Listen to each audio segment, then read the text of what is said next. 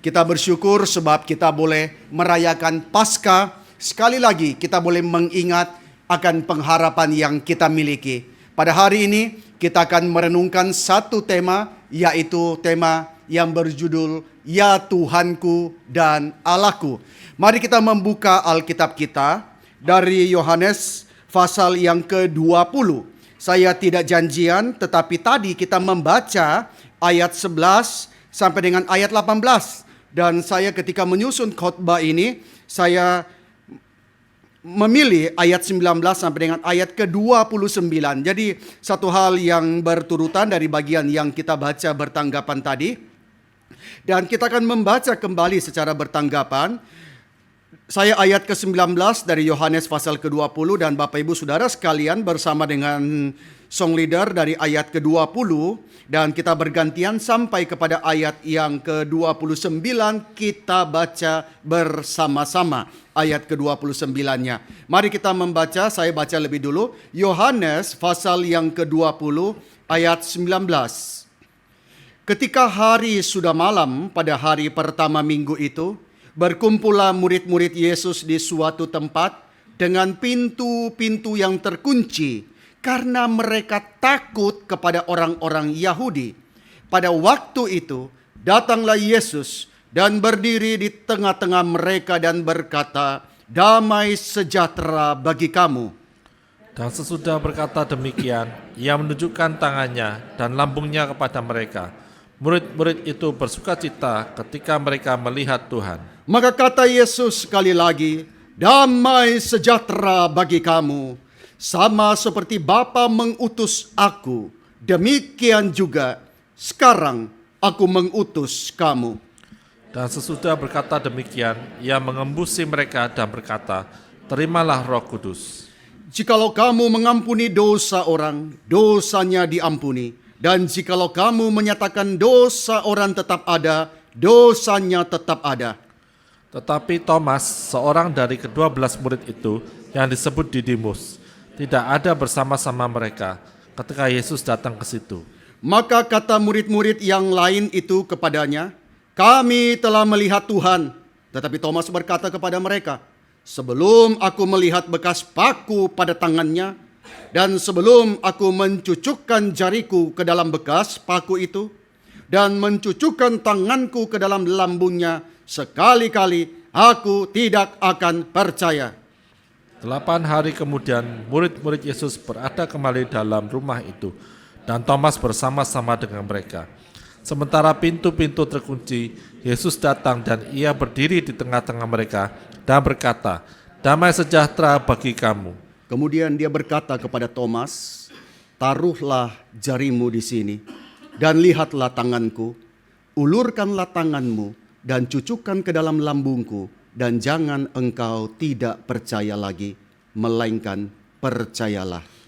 Thomas menjawab dia, "Ya Tuhanku dan Allahku." Bersama-sama kata Yesus kepadanya, "Karena engkau telah melihat aku, maka engkau percaya. Berbahagialah mereka yang tidak melihat namun percaya. Berbahagialah mereka yang tidak melihat namun percaya." Kita yang percaya, orang-orang yang tidak melihat secara fisik Yesus yang bangkit, tapi kita beriman akan kebangkitannya. Mari kita masuk dalam doa.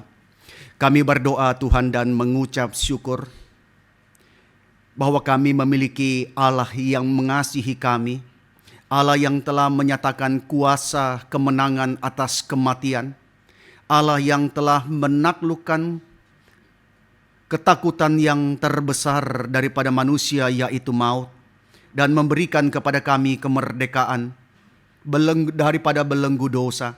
Kami bersyukur ya Tuhan untuk kebangkitan daripada Tuhan kami Yesus Kristus. Dan pada hari ini kami bersama-sama mau merayakannya. Tetapi kami biarlah bukan berhenti sampai kepada merayakan, tapi kami boleh mengakui dengan mulut kami akan ketuhanan dan kealahan daripada Yesus, dan menyatakan itu dalam seluruh perjalanan hidup kami, menyatakan itu dalam seluruh keseharian kami, di dalam pekerjaan kami, di dalam rumah tangga kami, di dalam kami mendidik anak-anak kami, di dalam kami mengerjakan tugas sehari-hari kami, di dalam kami boleh berelasi satu dengan yang lain. Biarlah kami boleh sungguh-sungguh menyatakan bahwa Yesus adalah Tuhan dan Allah kami. Kami berdoa serahkan untuk pemberitaan firman. Tuhan berkatilah setiap jemaat-Mu, dan kiranya kami boleh bertumbuh di dalam kebenaran firman-Mu Tuhan. Kami serahkan waktu ke depan. Tuhan, persiapkanlah hati kami. Dalam nama Tuhan Yesus, kami mau berdoa dan kami mau bersyukur. Amin. Apakah itu iman, saudara sekalian?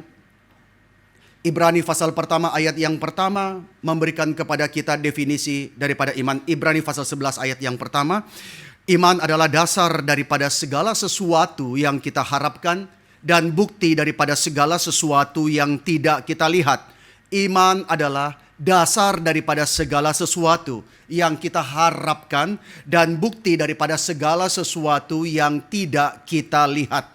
Nah, saudara sekalian, sederhananya iman menurut Alkitab adalah percaya kepada sesuatu kebenaran yang sekalipun saudara tidak bisa membuktikannya secara eksplisit, saudara sekalian.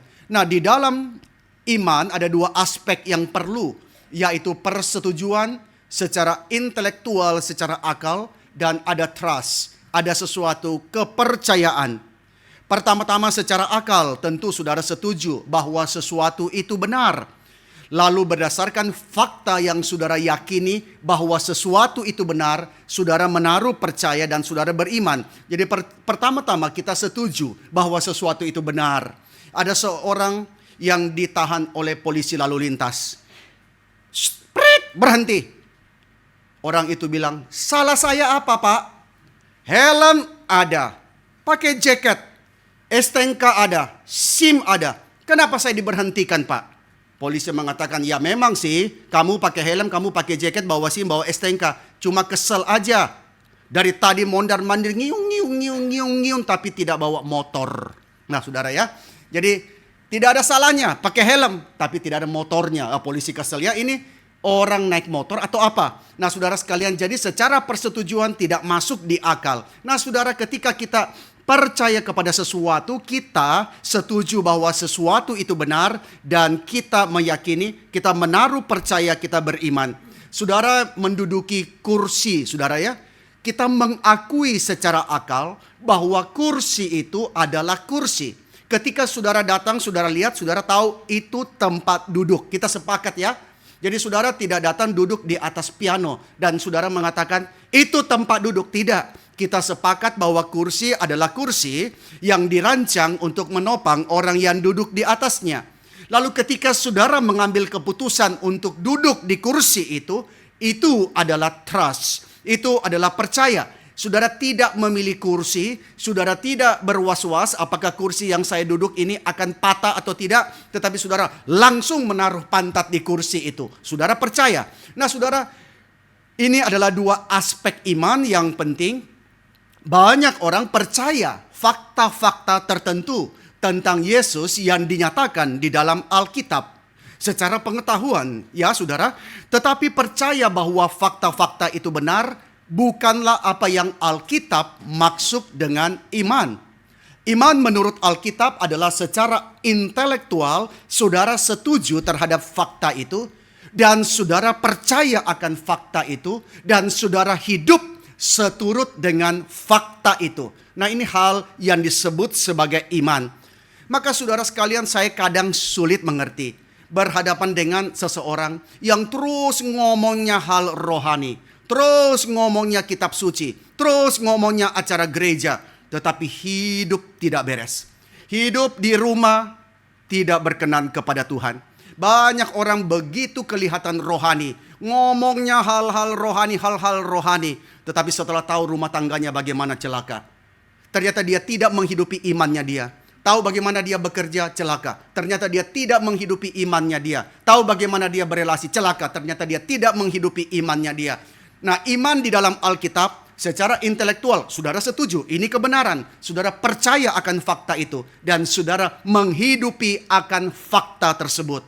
Percaya bahwa Yesus adalah anak Allah yang menjadi manusia, yang mati di atas kayu salib untuk membayar hukuman atas dosa-dosa kita dan dibangkitkan pada hari ketiga, itu cukup? Itu tidak cukup. Sebab setan-setan pun percaya kepada Allah. Dan mereka mengakui kebenaran bahwa hanya ada satu Allah. Setan itu tidak ateis loh. Setan itu bukan orang ya. Setan itu makhluk percaya loh saudara. Di dalam Yakobus pasal 2 ayat 19 saudara lihat. Di situ Yakobus mengatakan, engkau percaya bahwa hanya ada satu Allah saja. Oh, itu baik. Tetapi setan-setan pun percaya akan hal itu dan mereka gemetar saudara sekalian. Mereka percaya tetapi mereka tidak menaruh iman kepada Yesus saudara sekalian. Kita harus secara pribadi dan sepenuhnya bergantung kepada kematian Kristus sebagai korban penebusan dosa-dosa kita. Orang yang diselamatkan siapakah? Orang yang percaya dan mengakui hanya Yesus, di dalam Yesus it is enough for my salvation. Maka kita harus duduk di kursi itu, di kursi keselamatan yang telah disediakan oleh Yesus Kristus. Orang mengatakan ini kursi, kita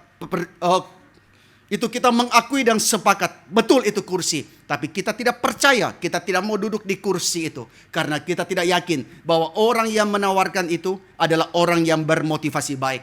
Nah saudara sekalian, waktu kita percaya, di situ juga kita harus duduk di kursi itu, di kursi keselamatan yang telah disediakan oleh Yesus Kristus. Inilah iman yang menyelamatkan, dan iman yang demikian selalu disertai dengan pertobatan. Iman yang menyelamatkan selalu disertai dengan pertobatan. Yesus berkata kepada para pemimpin agama, Yesus berkata kepada para tua-tua, pada ahli-ahli agama di dalam Matius pasal 21 ayat 32, Yesus berkata, sebab Yohanes datang untuk menunjukkan jalan kebenaran kepadamu, dan kamu tidak percaya kepadanya. Tetapi pemungut-pemungut cukai dan perempuan-perempuan sundal itu percaya kepadanya. Dan meskipun kamu melihatnya, tetapi kemudian kamu tidak menyesal. Dan kamu juga tidak percaya kepadanya. Maka iman yang menyelamatkan selalu disertai dengan pertobatan. Dan selanjutnya iman itu nyata di dalam seluruh hidup daripada seorang percaya, saudara sekalian. Nah saudara, dari tidak beriman menjadi beriman, dari tidak percaya menjadi percaya, dan hidup berdasarkan apa yang dia percaya itu dipisahkan oleh apa? Dari tidak beriman menjadi beriman, dari tidak percaya menjadi percaya, dan hidup berdasarkan kepercayaan itu dipisahkan oleh apa? Dipisahkan oleh apa? Oleh sebuah pengakuan yang sungguh-sungguh, pengakuan yang keluar dari hati yang percaya. Nah saudara sekalian, karena itu Alkitab berkata, definisi tentang orang yang diselamatkan, siapakah dia? Siapakah itu orang yang diselamatkan saudara? Roma pasal 10 ayat 9 mengatakan, sebab jika kamu mengaku dengan mulutmu, ada pengakuan yang keluar dari mulutmu bahwa Yesus adalah Tuhan, dan percaya di dalam hatimu bahwa Allah telah membangkitkan dia dari antara orang mati, maka kamu akan diselamatkan. Jika kamu mengaku dengan mulutmu bahwa Yesus adalah Tuhan dan percaya dalam hatimu bahwa Allah telah membangkitkan dia dari antara orang mati, maka kamu akan diselamatkan.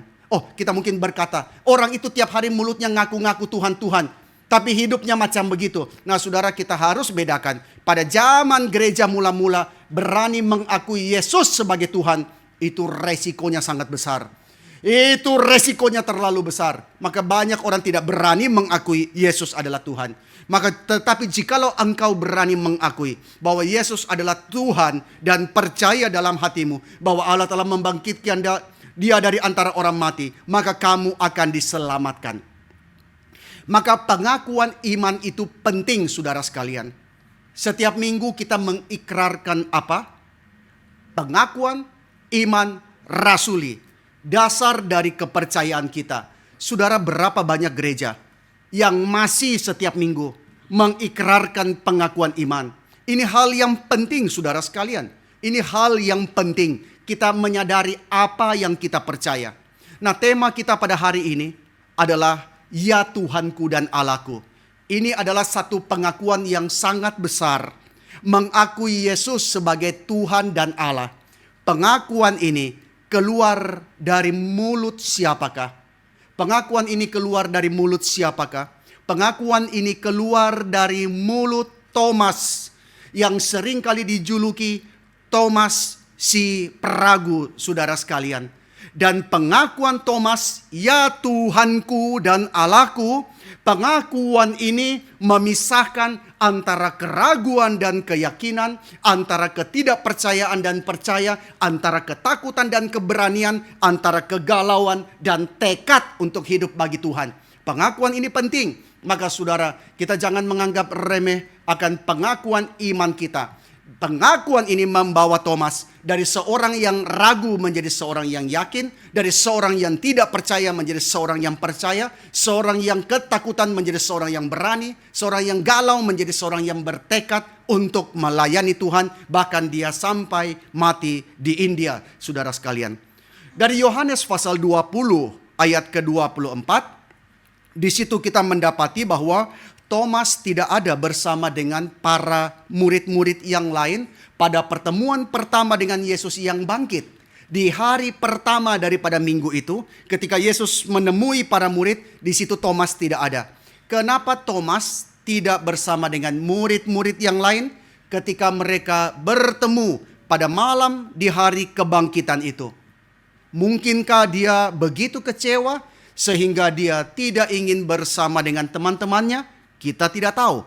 Tetapi di sini memberitahu kita satu hal, bahwa ketika kita putus asa, ketika kita kecewa, ketika kita merasa kalah, merasa gagal, justru kita jangan menjauhkan diri daripada saudara-saudara seiman kita. Kesendirian hanya akan membuat keputusasaan kita semakin parah. Ketika orang bergumul dengan imannya, seringkali apa yang dilakukan? Meninggalkan gereja, meninggalkan persekutuan, meninggalkan saudara-saudara seiman.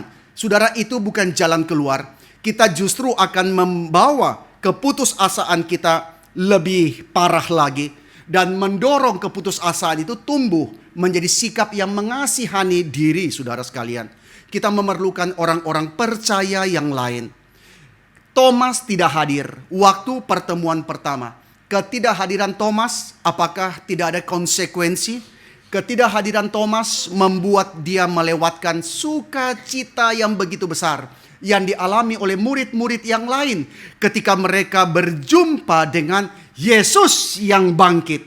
Saudara bayangkan, dari keputusasaan pada hari penyaliban yang begitu gelap, mereka melarikan diri, mereka tersebar, terpencar kemana-mana, saudara sekalian. Tetapi pada hari pertama itu mereka bertemu dengan Yesus yang bangkit. Mereka penuh dengan sukacita. Mereka mendengarkan damai sejahtera yang Yesus berikan dan menerima amanat pengutusan serta karunia hidup rohani daripada Yesus. Thomas harus melewati seminggu itu di dalam ketakutan dan ketidakpercayaan. Murid-murid berjumpa dengan Yesus, dalam seminggu itu mereka penuh dengan sukacita. Tetapi Thomas melewatinya di dalam ketakutan dan ketidakpercayaan. Nah saudara, kadang-kadang kita tidak tahu apa yang kita lewatkan dari sekali pertemuan ibadah, saudara sekalian. Mungkin di dalam kekecewaan kita tidak lagi mau datang beribadah. Dan kita lupa apa, dan kita kehilangan apa berkat yang Tuhan berikan, saudara. Sehingga dalam seminggu itu bisa saja kita hidup di dalam ketakutan, kecemasan, kekhawatiran, saudara sekalian. Thomas seringkali dicemooh karena keraguannya itu. Tetapi di seluruh Injil Yohanes kalau kita perhatikan, sebenarnya Thomas digambarkan sebagai seorang yang realistis, saudara. Seorang yang penuh perhitungan, yang bisa menilai situasi berdasarkan apa yang dia rasakan. Dia misalnya bisa paham bahwa perjalanan ke selatan ke Yudea itu adalah perjalanan yang berbahaya. Dalam Yohanes pasal 11 ayat 16, di situ tercatat Thomas berkata kepada saudara-saudaranya, itu kepada teman-temannya yaitu murid-murid yang lain, dia berkata, marilah kita pergi juga untuk mati bersama-sama dengan dia. Di situ Thomas tahu bahayanya pergi ke Yudea. Dan juga Thomas ketika berbicara dengan Yesus, dia minta lebih daripada sekadar kata-kata untuk dia mengikuti Yesus. Dalam Yohanes 14 ayat 5, Thomas berkata kepadanya, "Tuhan, kami tidak tahu jalan ke situ. Kami tidak tahu kemana engkau pergi. Bagaimana kami tahu jalan ke situ?" Dan juga dia adalah orang yang bersedia mengambil resiko demi Yesus, bukan? Coba lihat Yohanes 11 ayat 16. Dia berkata, "Marilah kita pergi juga untuk mati bersama-sama dengan dia."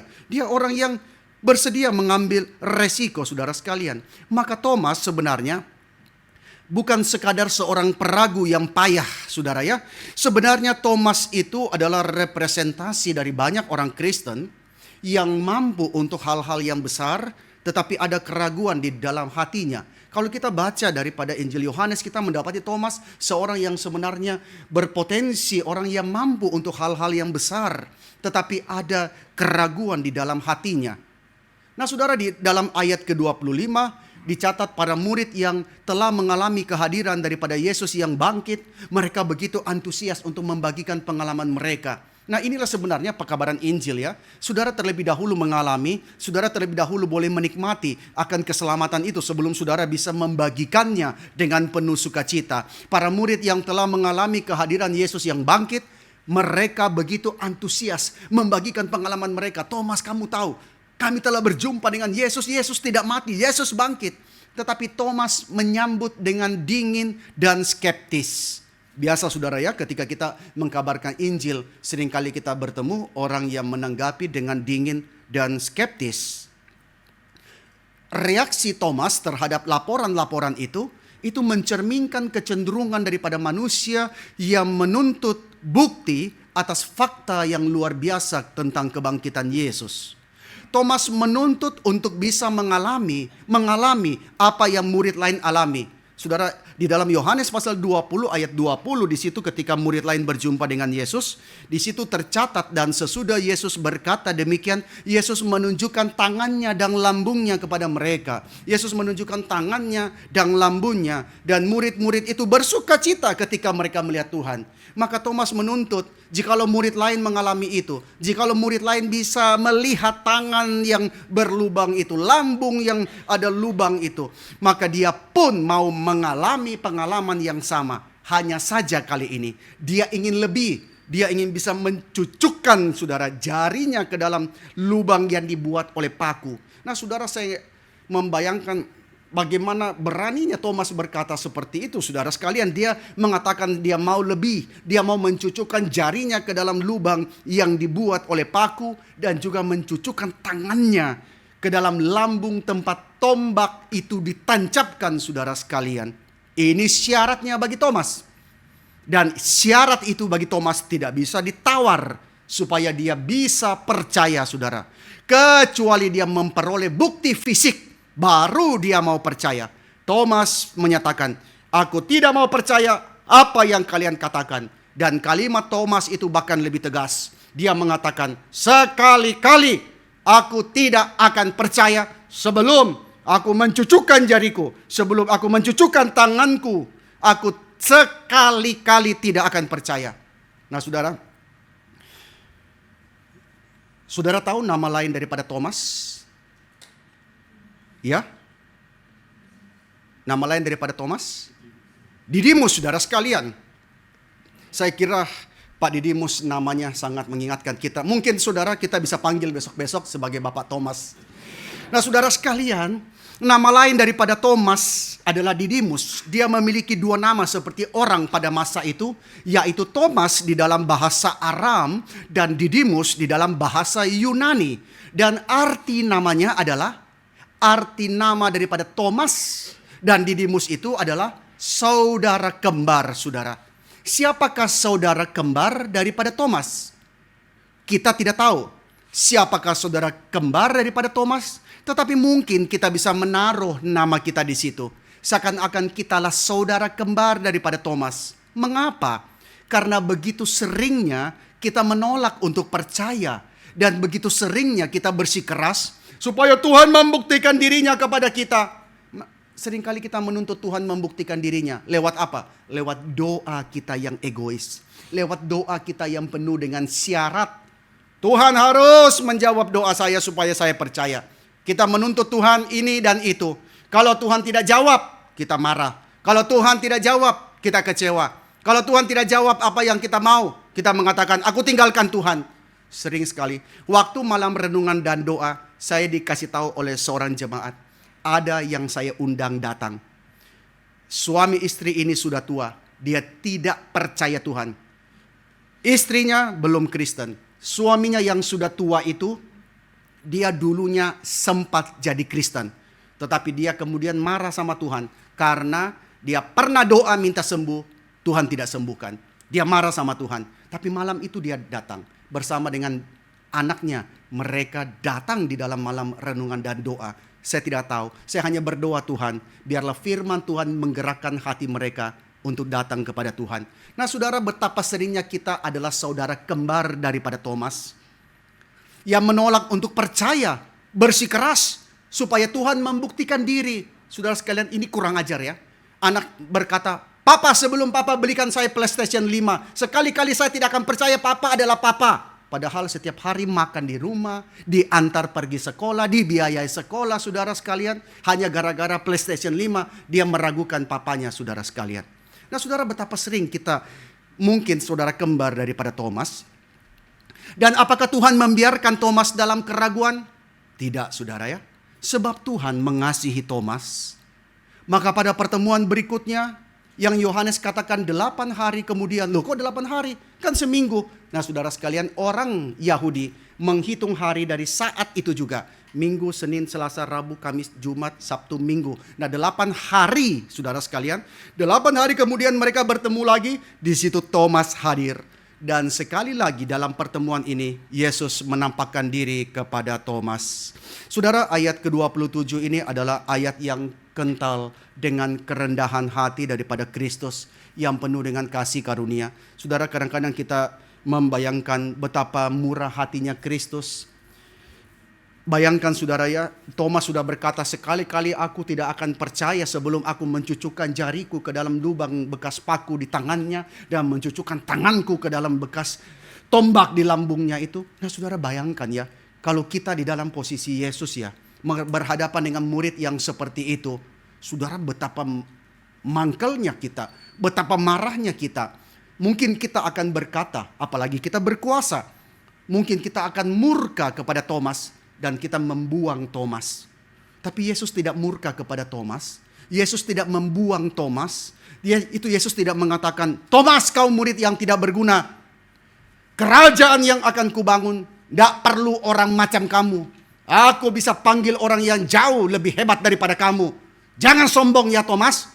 Sekarang juga keluar, aku tidak mau kamu jadi murid. Yesus tidak mengatakan begitu, saudara. Melainkan Yesus dengan lembut berkata, Thomas,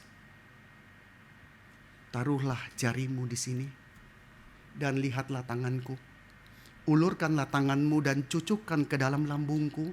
Dan jangan engkau tidak percaya lagi, melainkan percayalah. Oh saudara, ini kalimat yang kita tidak bisa bayangkan betapa penuh dengan kasih daripada Tuhan.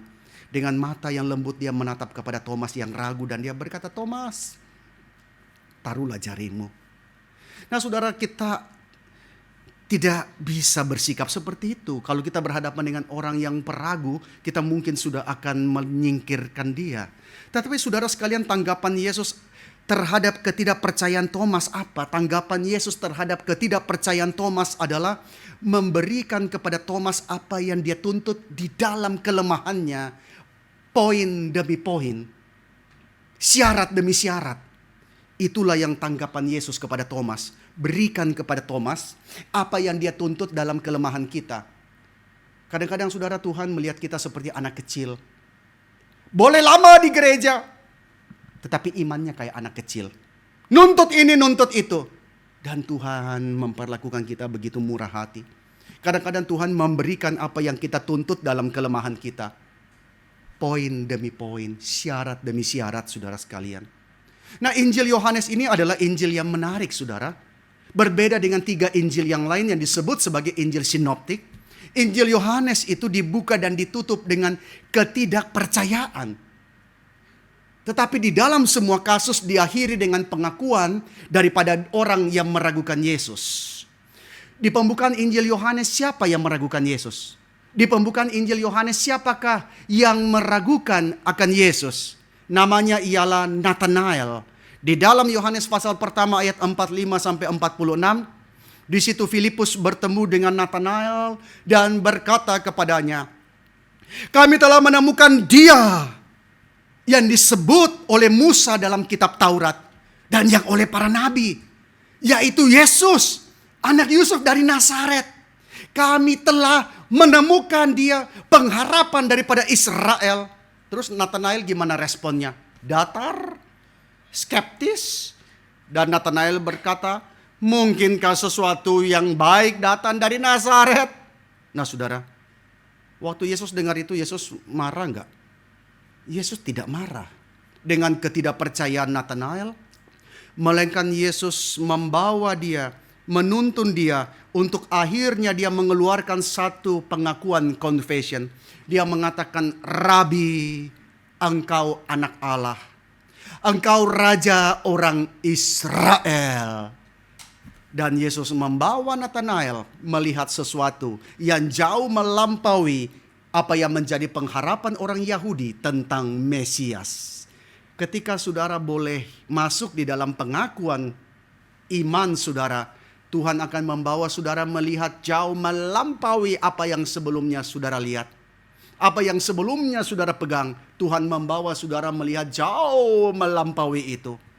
Saudara, Injil Yohanes dibuka dengan orang yang meragukan Yesus, tetapi dia akhirnya memberikan pengakuan imannya akan Yesus. Demikian pula Injil Yohanes ditutup dengan ketidakpercayaan daripada Thomas. Dan di dalam kisah Thomas di sini pun, Yesus dengan lembut menjawab permintaan Thomas yang ia tidak sangka. Maka ini mendorong kita untuk, saudara ya, kita mendoakan orang-orang yang kita kasihi. Mungkin pada hari ini mereka ragu, mungkin pada hari ini mereka skeptis, mungkin pada hari ini mereka tidak percaya. Tetapi saudara, Yesus dengan kasih-Nya menarik mereka, saudara sekalian.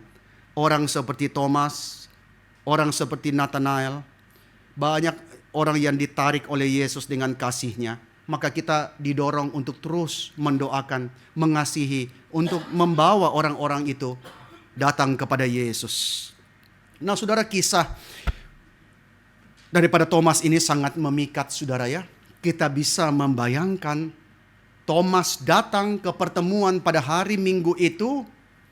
Setelah menyampaikan tuntutannya, dia datang tetap dengan sikap yang skeptis, dengan sikap yang ragu. Apa sih yang baik yang bisa muncul?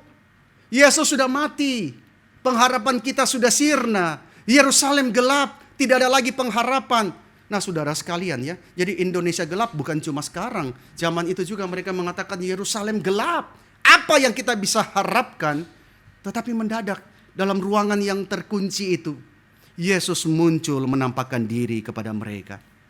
Kemudian setelah memberikan salam damai sejahtera bagi kamu, Yesus melihat kepada sekeliling dan matanya tertuju kepada Thomas.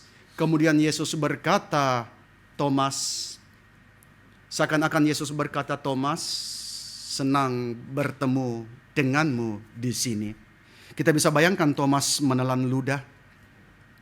Lalu Yesus melanjutkan, "Oh Thomas, aku dengar kau mengatakan bahwa kau baru mau percaya kalau engkau melihat bekas paku di tanganku dan mencucukkan jarimu ke bekas paku itu, juga mencucukkan tanganmu ke dalam lambungku." Lalu setelah suasana hening sejenak, Yesus melanjutkan, "Come, Thomas, kemarilah, bawalah jarimu itu kemari." Nah saudara, kita bisa bayangkan pergolakan yang terjadi di hati seluruh murid. Seluruh murid mungkin tegang. Suasana begitu hening, silent. Seluruh murid mengatakan, "Thomas, engkau begitu berani, Thomas." Dan kita bisa bayangkan juga apa isi hati daripada Thomas. Kita bisa bayangkan hancurnya hati daripada Thomas. Dan kemudian dia memberikan tanggapan. Tanggapan Thomas menjadi puncak pengakuan iman di dalam Injil Yohanes. Tanggapan Thomas melengkapi Injil Yohanes yang dari permulaan dengan tegas sudah menyatakan dari pasal pertama ayat pertama, firman itu adalah Allah. Firman itu adalah Allah. Dan berulang-ulang kali sepanjang Injil Yohanes, Yohanes menyatakan keilahian daripada Yesus. Dan akhirnya kita dibawa kepada pengakuan iman ini. Oh, my Lord and my God. Tuhanku dan Allahku. Saudara sekalian, Injil Yohanes dengan gamblang menyatakan kepada kita bahwa Yesus adalah benar-benar Tuhan dan Allah. Yohanes pasal 20 ayat 29 menunjukkan bahwa kesaksian Thomas tidak berasal daripada sentuhan dia kepada Yesus. Thomas tidak lagi menuntut untuk dia menyentuh Yesus. Di dalam ayat 29 Yesus berkata kepadanya, "Karena engkau telah melihat aku, maka engkau percaya. Berbahagialah mereka yang tidak melihat namun percaya." Dari sini kita bisa meyakini bahwa kesaksian Thomas tidak berasal karena dia sudah mencucukkan jarinya baru dia mengakui, tidak. Tetapi dari penglihatannya kepada Yesus. Ya Tuhanku dan Allahku. Ini adalah kesaksian terakhir yang dicatat Yohanes tentang keilahian Yesus Kristus. Kesaksian yang lain datang dari Yohanes Pembaptis, datang dari Nathanael, datang dari Yesus sendiri, datang dari Petrus, datang dari orang buta yang disembuhkan, datang dari Marta, dan tentu dari murid bernama Yohanes sendiri. Dan pengakuan Thomas ini bukan pengakuan yang gampang dilontarkan, saudara. Sekali lagi ya, dan bukan tanpa konsekuensi. Pengakuan Thomas ini pengakuan yang besar sekali. Karena pengakuan ini diucapkan bukan satu hal yang mudah dilontarkan dan bukan tanpa konsekuensi. Pengakuan ini adalah pengakuan yang sangat-sangat berani dan sangat-sangat beresiko, saudara sekalian. Sebab apa? Sebab ketika Thomas mengatakan itu, kekristenan akan berhadapan dengan dua pihak yang besar. Yaitu pihak daripada orang Yahudi dan pihak daripada orang Romawi, saudara. Pengakuan Thomas ini secara tersirat mengingatkan kita pengakuan daripada orang-orang Yahudi dalam perjanjian lama. Shema. Di dalam Ulangan pasal 6 ayat keempat. Ini adalah satu hal yang terus diucapkan oleh orang-orang Yahudi, saudara sekalian. Dengarlah hai orang Israel, Tuhan Yahweh itu Allah kita. Tuhan itu esa, saudara sekalian. Tuhan itu Allah kita. Tuhan itu esa. Saudara sekalian, ini adalah pengakuan daripada orang-orang Yahudi, saudara sekalian. Dan mereka orang yang tidak mau percaya akan ketuhanan daripada Yesus. Maka dengan demikian pengakuan ini, pengakuan Thomas yang akan menjadi pengakuan daripada orang-orang Kristen di dalam sepanjang masa yang mengklaim keilahian daripada Yesus. Keilahian Yesus itu sama dengan Yahweh, Tuhan dari perjanjian lama. Maka itu pasti akan membangkitkan pertentangan daripada orang-orang Yahudi. Dan kita tahu dalam Kisah Rasul bagaimana orang-orang Yahudi mereka begitu keras melawan kekristenan. Dan di sisi lain, kekristenan juga akan berhadapan dengan Romawi. Sebab Kaisar Romawi juga menyebut dirinya sebagai Tuhan. Kaisar Domitian misalnya mengklaim gelar Dominus et Deus Noster, Tuhan dan Allah kami. Dia menempatkan dirinya sebagai Tuhan dan juga Allah. Maka mengakui Yesus sebagai Tuhan dan Allah itu membawa orang-orang Kristen mula-mula terperangkap di dalam cengkeraman antara dua kekuatan yang bermusuhan, saudara. Maka jikalau kekristenan bukan ditopang oleh Allah sendiri, sudah lama musnah, saudara sekalian. Kekristenan jikalau bertahan sampai kepada hari ini membuktikan bahwa Allah itu hidup, Yesus itu hidup, Dia adalah Tuhan dan Allah. Pengakuan Thomas ini merupakan inti dari deklarasi iman yang tertinggi yang dibuat oleh orang Kristen mengenai Yesus. Dan pengakuan ini akan membawa mereka berhadapan langsung dengan kekuatan dunia pada setiap zaman, saudara ya. Jadi saudara jangan berpikir kekristenan akan mengalami masa yang jaya di mana tidak ada penganiayaan, tidak ada kesulitan, tidak ada kesengsaraan. Pengakuan Thomas ini merupakan inti daripada deklarasi iman tertinggi yang dibuat oleh orang Kristen. Dan pengakuan ini akan membawa kekristenan berhadapan langsung, saudara, dengan kekuatan dunia pada setiap zaman. Kekuatan dunia yang begitu besar akan menekan kekristenan. Kekuatan dunia yang begitu besar akan menekan orang-orang Kristen. Sehingga mereka akan selalu tergoda untuk mengatakan yang sebaliknya. Ketika Thomas mengatakan, ya Tuhanku dan Allahku, maka kekuatan dunia akan menekan, opres kekristenan. Sampai mereka mengatakan, not my Lord and not my God. Saudara sekalian, inilah yang dilakukan oleh dunia terhadap kekristenan. Sampai orang Kristen akhirnya harus mengakui bahwa Yesus not my Lord and not my God. Dan saudara dan saya, apakah kita telah menyatakan bahwa Yesus adalah Tuhan dan Allahku? Apakah saudara dan saya, kita berani dengan nyata menyatakan bahwa bahwa Yesus adalah Tuhan dan Allahku di dalam hidup kita, di dalam rumah tangga kita, di dalam studi kita, di dalam pekerjaan kita, di dalam pergaulan kita, di dalam penggunaan uang kita, di dalam kesehatan kita, di dalam harta kita, di dalam apapun juga yang kita miliki. Beranikah kita menyatakan bahwa Jesus is my Lord and my God? Apakah saudara mengingat perintah kasihilah Tuhan Allahmu dari Ulangan pasal ke-6? Musa mengatakan kasihilah Tuhan Allahmu dengan segenap hatimu dan dengan segenap jiwamu dan dengan segenap kekuatanmu.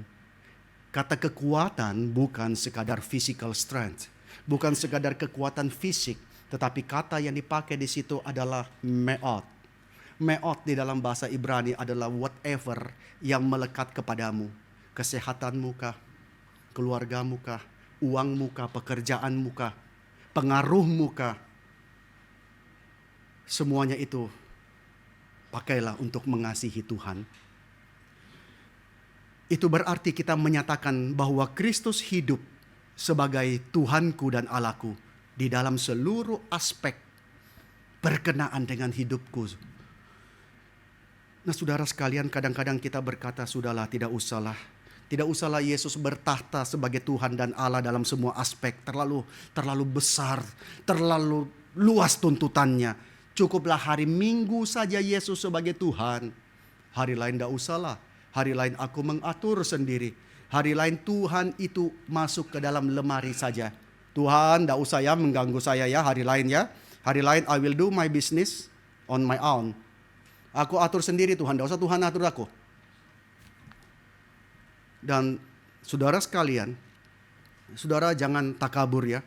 Jangan takabur, kadang hal-hal kecil yang kita biarkan lepas daripada ketuhanan Kristus atasnya, itulah yang menghancurkan kita.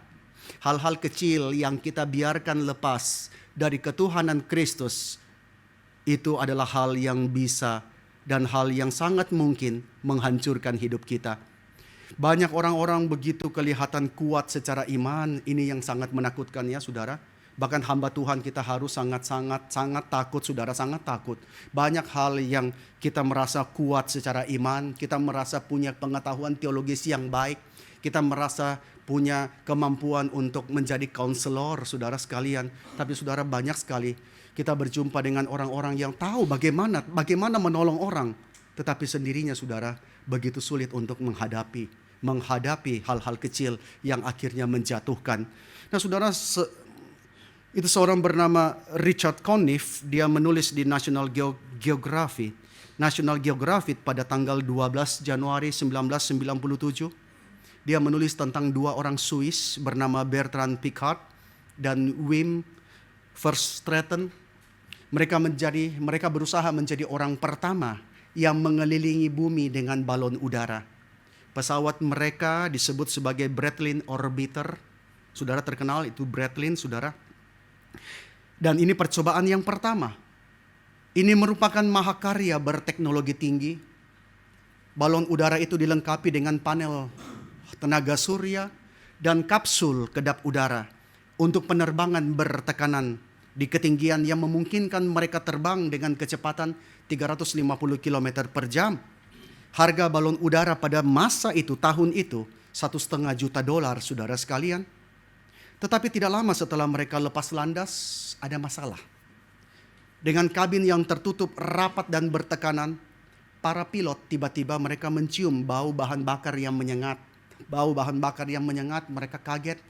Dan mereka panik, mereka segera mengirimkan berita ke pusat kontrol. Mereka mengatakan bahan bakar keluar dari setiap pipa di kedua tangki bagian dalam. Kami tidak bisa mengencangkannya lagi. This is nightmare. Jawab dengan cepat apa yang harus kami lakukan. Maka mereka disarankan untuk menurunkan ketinggian, membuka kapsul dan bertahan hingga mencapai pantai di Aljazair. Tetapi asapnya luar biasa sehingga mereka terpaksa mendarat di Mediterania. Saudara tahu apa yang menyebabkan kebocoran bahan bakar? Karena ada satu penjepit yang rusak, dan penjepit yang dipakai itu adalah penjepit yang biasa dipakai di selang radiator mobil. Harganya cuma $1,6. Maka saudara sekalian, mau balon udara $1,6 juta, akhirnya harus kalah dengan penjepit radiator yang harga $1,6. Jadi di sini mau mengatakan tidak perlu masalah yang besar untuk meruntuhkan hidup seseorang. Tidak perlu masalah yang besar, saudara ya. Masalah kecil, saudara anggap sepele. Aku mampu menanganinya. Sudah, you gak usah atur. Tuhan gak usah atur. Aku kuat. Aku mampu menanganinya, saudara. Daud, dia bukan orang yang selibat. Dia punya banyak istri. Dia mungkin berkata, aku tidak terlalu takut godaan itu. Punya banyak istri kok. Tapi lihat Batsheba mandi. Ini satu godaan biasa, saudara. Tapi di situ dia menaruh hatinya. Hal kecil, tetapi akhirnya menjadi satu catatan di dalam perjalanan sejarah Daud. Saudara sekalian, Tuhan menghendaki agar kehidupan Kristen menjadi perjalanan di dalam kemenangan iman. Tetapi seringkali kita membiarkan hal-hal kecil seperti ketidakpercayaan kita, keraguan kita, ketakutan-ketakutan kita, karena kita tidak benar-benar percaya kepadanya, menggagalkan rencana besar Tuhan bagi kita, saudara. Tidak mudah untuk mengatakan, My Lord and my God. Tapi jikalau kita dimampukan, maka kita boleh melihat apa yang hendak Tuhan kerjakan. Pendeta Stephen Tong orang yang biasa, tapi memberikan kesaksian bagaimana dalam sepanjang pelayanan menjadikan Kristus sebagai His Lord and His God. Maka saudara, biarlah kita boleh terus bergumul di tengah-tengah perjalanan iman kita. Tapi satu hal yang akan menguatkan kita adalah ketika kita bisa berkata kepada Kristus, You are my Lord and my God. Kita percaya dan kita hidup berdasarkan percaya itu. Mari kita berdoa. Tuhan Bapa di dalam surga, kami berdoa dan minta kekuatan dan pertolongan Tuhan, untuk kami boleh dengan berani mengatakan Engkaulah Tuhan dan Allah kami. Seringkali kami tidak berani karena konsekuensinya yang terlalu besar. Sebab ketika kami mengatakan Tuhanku dan Allahku, kami harus meninggalkan dosa-dosa kami. Kami harus meninggalkan kebiasaan-kebiasaan yang kami cintai. Kami harus melepaskan banyak hal dalam hidup ini. Tetapi biarlah kami boleh dengan mata iman melihat kepada apa yang Tuhan janjikan, apa yang Tuhan akan kerjakan melalui pengakuan iman yang sederhana itu. Kami berdoa, Tuhan, pimpinlah jemaat-Mu. Pimpinlah satu persatu dalam perjalanan hidup kami, supaya kami boleh menyatakan dalam seluruh hidup kami bahwa Engkau benar-benar Tuhan dan Allah kami. Kami berdoa bersyukur ya Tuhan untuk kesempatan kami boleh merayakan Kristus yang bangkit, dan kiranya Kristus yang bangkit terus boleh nyata dalam kehidupan kami. Kami mau berdoa dan mengucap syukur dalam nama Tuhan Yesus. Amin.